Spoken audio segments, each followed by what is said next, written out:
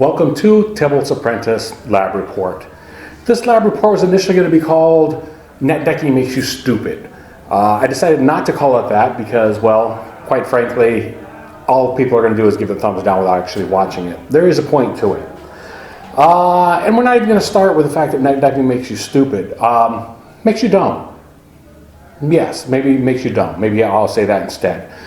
Net decking makes you dumb. Here's my question. Here's the thought, it's not an experiment, the thought exercise that I started with. Are you playing Magic? And of course, asking this as a rhetorical question to myself.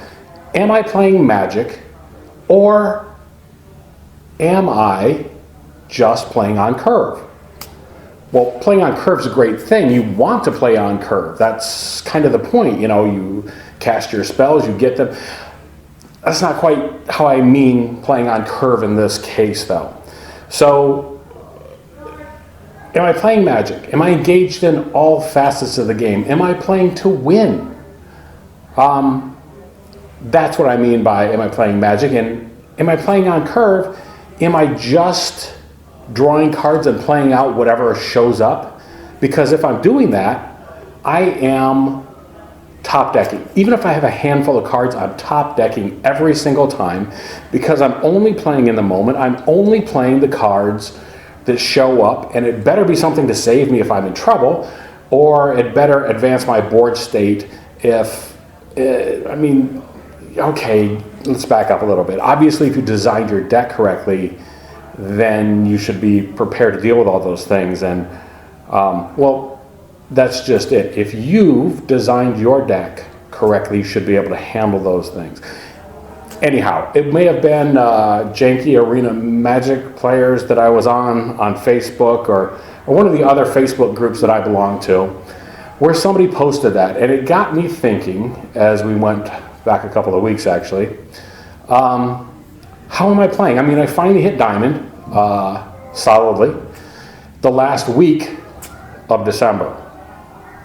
And then I got scared and I stopped playing because I didn't want to lose my rank. I mean, I know you can always lose a couple of games and it doesn't take you all the way down, but I was scared, so I wanted to end at Diamond, so I stopped there.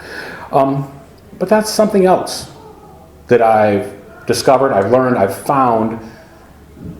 I don't have to play ranked every single time.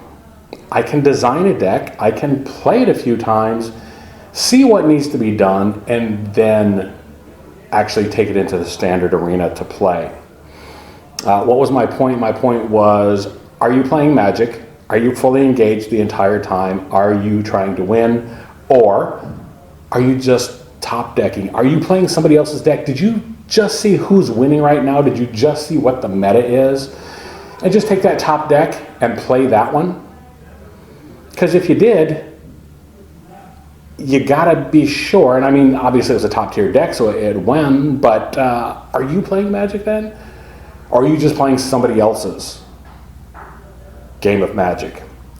Now don't get me wrong, I understand. I look at, there's thousands of cards, there's hundreds of thousands of cards. There's more cards than I can count on, probably that I can count. So, at any rate, you're not going to know all those. You may need to see interactions, but what's going to follow at the end of this is actually a deck that I built, and it's not exceptional. Maybe on a scale of 10, it's a 5, maybe even a 6, maybe a 6. It's a mill deck.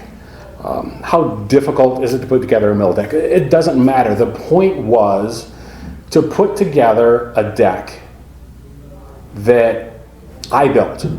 I know what my win condition is. I know what I need. I saw how good Lucky Clovers can be. I understand that if you use things that have adventure on them, you can suddenly double those things. So it's a mill deck, but it's something I put together to win. So I guess my point is, wherever you are in your Magic career, don't stop building decks. Don't just net deck. Don't just pull that deck and expect that you win, and if you didn't, well, switch to the next one, or just follow the meta around. I mean, you can do that, and maybe that's fun for you. But here at Tibalt's Apprentice, I'm trying to improve my game, and by extension, your game.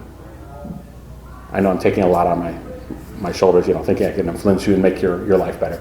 Better, fun, more fun is what I was looking for, not better. There's nothing I'm going to do that's make your life better.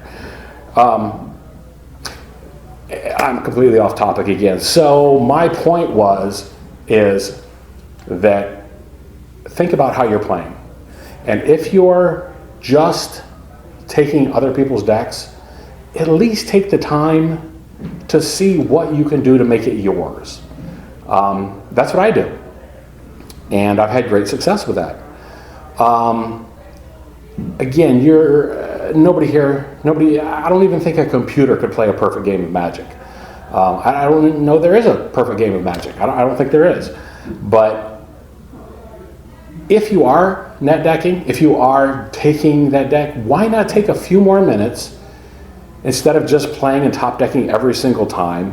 Why not take a few minutes to make that deck yours? What combo? Now, I mean, if you're just putting your pet cards in and you're going to have 5 decks that all are different, but they'll all play the same. If you're just putting your pet cards in, but find the synergies that work. And yeah, don't neglect building decks. Even if you do it just occasionally, you've got to keep your toe in the water at least. Yeah, I think that was my point.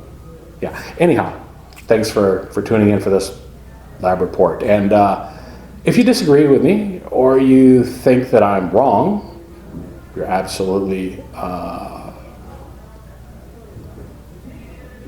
yes. If you think that you're wrong, Freudian slip. If you think I'm wrong, please let me know in the comments before.